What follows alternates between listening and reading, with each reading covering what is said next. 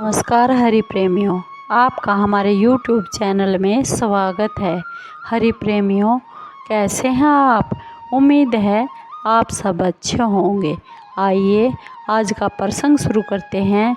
आज का प्रसंग है एक सच्ची घटना, एक सच्ची कहानी जो भगवान श्री कृष्ण की है आज के इस कलयुग में। हरि प्रेमियों, उससे पहले अगर आप हमारे चैनल पर नए हैं तो प्लीज़ चैनल को सब्सक्राइब ज़रूर कीजिए और बेल आइकॉन को ज़रूर दबा लीजिए ताकि आप तक हमारे सारे नोटिफिकेशन पहुंच सके। हरि प्रेमियों, आपका एक भी सब्सक्राइब हमारे लिए बेहद मायने रखता है। आइए जानते हैं ये सच्ची कहानी क्या है। हरि प्रेमियों, एक बार एक लड़की थी जो भगवान श्री कृष्ण की परम भक्त थी और बचपन से ही वह भगवान श्री कृष्ण का भजन किया करती थी और भक्ति किया करती थी। भक्ति करते करते वह बड़ी हो गई। भगवान श्री कृष्ण जी की कृपा से उसका विवाह भी श्री धाम वृंदावन में हो गया और वह अच्छा परिवार मिल गया। विवाह होकर जब वह पहली बार ही वृंदावन आई, पर नई दुल्हन होने के कारण वह कहीं पर भी जा नहीं सकी और वह फिर अपने मायके चली गई। और एक दिन वह भी आया जब उसका पति उसको उसके मायके में लेने के लिए आ गया। अपने पति के साथ फिर से वह अपनी ससुराल वृंदावन चली गई। पहुँचते पहुँचते उसे शाम हो गई। पति वृंदावन में यमुना किनारे रुककर कहने लगा, देखो प्रिय, शाम का समय हो गया है। मैं यमुना जी में स्नान करके अभी जल्दी ही आता हूँ। तुम जब तक इस पेड़ के नीचे बैठ जाओ और अपने सामान की देखभाल ज़रूर करना। मैं यहाँ थोड़े ही समय में आ जाऊँगा। यही सामने ही हूँ, ज़्यादा दूर नहीं हूँ। अगर आपको कोई परेशानी हो तो मुझे आवाज़ लगा देना। इतना कहकर उसका पति वहाँ से चला गया और वह लड़की उस पेड़ के नीचे बैठ गई। अब एक हाथ लंबा वह घूंघट निकाले हुई थी, क्योंकि वह ससुराल है और गांव भी है। और वह उस पेड़ के नीचे बैठी रही और अपने मन में विचार करने लगी कि देखो, ठाकुर जी की कितनी कृपा है। मैंने बचपन से ही उसका नाम लिया है, उसको भजा है। उनकी कृपा से मेरा विवाह भी आज श्री धाम वृंदावन में ही हो गया है।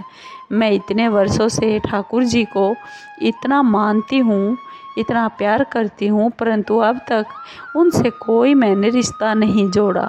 फिर सोचती है, ठाकुर जी की उम्र कितनी होगी? लगभग 16 साल के होंगे। मेरे पति 20 साल के हैं, उनसे थोड़े बहुत ही छोटे हैं, इसलिए मेरे पति के छोटे भाई की तरह ही हुए। ऐसे तो फिर वे मेरे देवर की तरह हुए, तो आज से ठाकुर जी को मैं अपना देवर मानूंगी। अब तो ठाकुर जी से अपना नया रिश्ता जोड़कर वह बहुत खुश हुई और अपने मन ही मन में ठाकुर जी से कहने लगी, ठाकुर जी, आज से मैं तुम्हारी भाभी हुई और तुम मेरे देवर हो गए। अब वो समय भी आएगा जब तुम मुझे भाभी भाभी कहकर बुलाओगे। इतना सोच ही रही थी कि तभी एक 10-15 साल का बालक आया और उस लड़की से बोला, अरे भाभी भाभी। लड़की एकदम अपने भाव से बाहर निकल आई और सोचने लगी, अरे वृंदावन में तो मैं नई दुल्हन हूँ, ये भाभी कहने वाला मुझे कौन बुला रहा है? नई थी इसलिए घूंघट उठाकर उसने नहीं देखा कि गांव के किसी बड़े बूढ़े ने अगर देख लिया तो बहुत बदनामी होगी।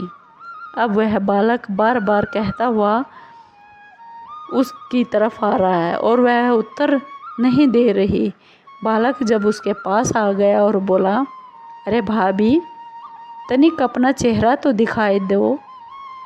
अब ये वह सोचने लगी, ये बालक तो बहुत जिद कर रहा है, इसलिए कस के घूंघट पकड़ के बैठ जाती हूँ कि कहीं घूंघट उठकर देखने ना लगे। लेकिन उस बालक ने ज़बरदस्ती उसका घूंघट उठाकर चेहरा देखा और वह वहाँ से भाग गया। थोड़ी देर में उसका पति भी आ गया। उसने सारी बात अपने पति से कह सुनाई। पति बोला, तुमने मुझे आवाज़ क्यों नहीं लगाई? वह लड़की बोली, वह तो इतने में भाग ही गया, मैं आवाज़ लगाती जब तक।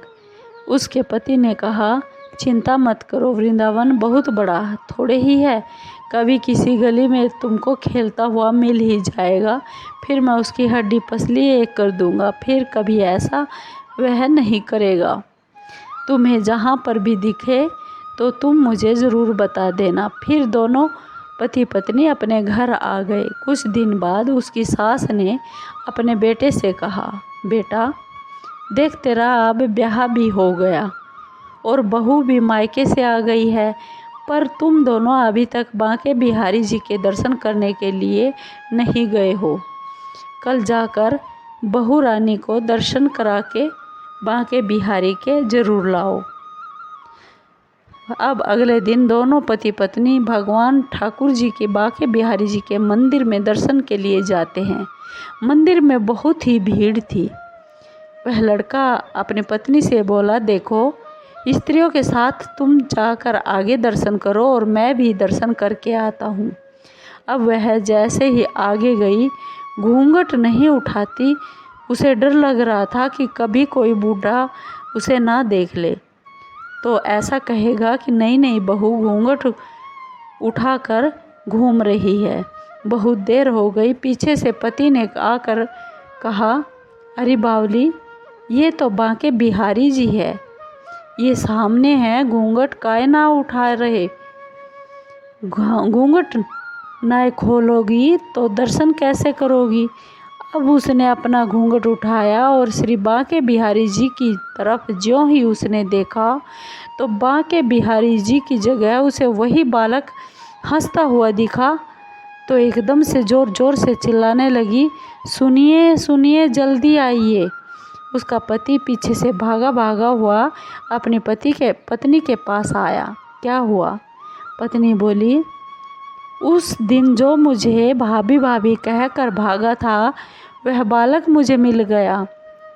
उसके पति ने कहा, कहाँ है? अभी उसको देखता हूँ। तो ठाकुर जी की ओर इशारा करके वह लड़की बोली, ये रहा, आपके सामने ही तो है। उसके पति ने तो देखकर बहुत हैरान हो गया और बोला, धन्य हो तुम, वास्तव में तुम ही धन्य हो। तुमने सच्चे भाव से इसको याद रखा है, इससे प्यार किया है। हम तो इतने वर्षों से वृंदावन में रह रहे हैं, कभी आज तक हमें इसने दर्शन नहीं दिए और तेरा भाव